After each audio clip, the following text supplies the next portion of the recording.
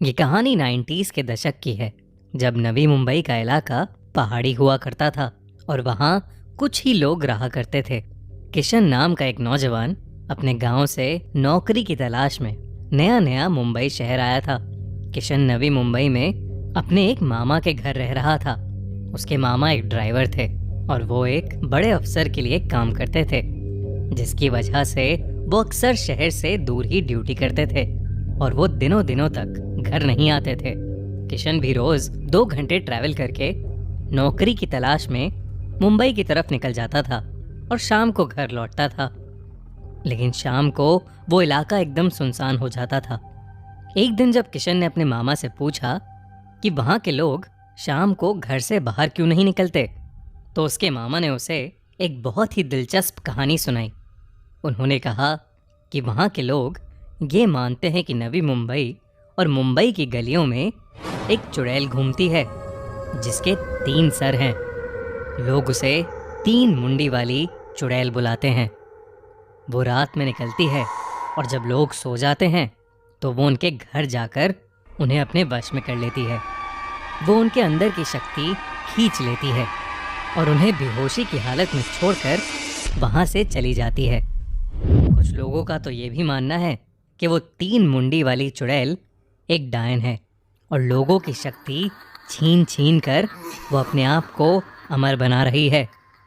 छोटे बच्चों से लेकर घर के बड़े बूढ़ों तक सभी लोग उससे इस कदर डरते हैं कि शाम होते ही वो अपने अपने घरों के दरवाजे अंदर से कस के बंद कर लेते हैं। ये सुनकर किशन ने अपने मामा से पूछा कि क्या वो भी ये सब मानते हैं। तब उसके मामा ने कहा कि पहले वो ये सब नहीं मानते थे, लेकिन हाल फिलहाल में उस इलाके में कई लोग अपने ही घर के बाहर सुबह सुबह बेहोश मिले हैं और जब उन्हें होश आया तो उन्होंने सबको बताया कि पिछली रात उन्होंने उस 3 मुंडी वाली चुड़ैल को देखा था। इतना ही नहीं, वहाँ के लोकल अखबारों में भी उस चुड़ैल के बारे में खबरें छपने लगी हैं।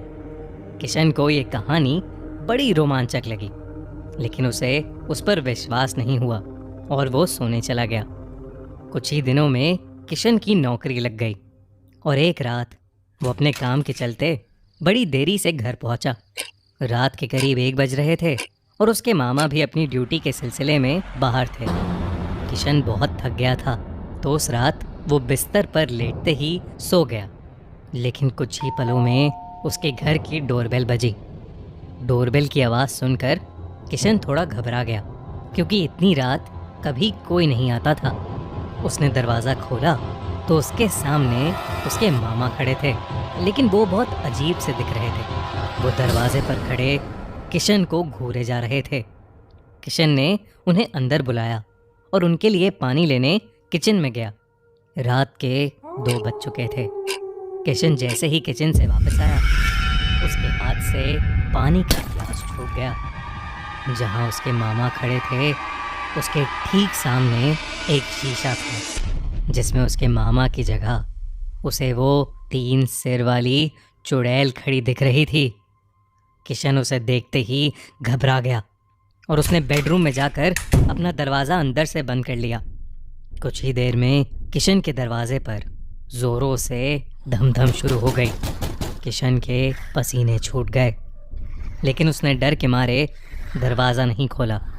कुछ देर बाद जब वो धमधम बंद हुई तो उसने हिम्मत करके दरवाज़ा खोला। घर में उसे कोई नहीं दिख रहा था, लेकिन तभी उसे किसी लड़की की आवाज़ आई। वो डरते डरते पीछे मुड़ा। वो 3 मुंडी वाली चुड़ैल उसके सामने खड़ी थी। वो किशन को देखकर बहुत ज़ोरों से हंसने लगी। किशन ने वहाँ से भागने की कोशिश की, लेकिन तब तक बहुत देर हो चुकी थी। वो उस 3 मुंडी वाली चुड़ैल के चंगुल में फंस चुका था। सुबह जब उसके मामा वापस आए तो उन्होंने देखा कि किशन बेहोशी की हालत में है और उसका पूरा बदन नीला पड़ा है। कुछ समय बाद जब किशन को होश आया तो उसने अपने मामा को पिछली रात के बारे में बताया। उसने कहा कि कल रात उस 3 मुंडी वाली चुड़ैल ने उस पर हमला किया और उसे ऐसा लगा कि जैसे उस चुड़ैल ने उसकी सारी जान ही निकाल ली हो। किशन उस रात के बाद मुंबई छोड़कर वापस अपने गांव चला गया और वो 3 मुंडी वाली चुड़ैल भी समय के साथ एक कहानी बनकर रह गई। लेकिन किशन जैसे कई लोग आज तक कभी भी उस 3 मुंडी वाली चुड़ैल के खौफ को भूल नहीं पाए हैं। क्या आपने भी 3 मुंडी वाली चुड़ैल के बारे में सुना है?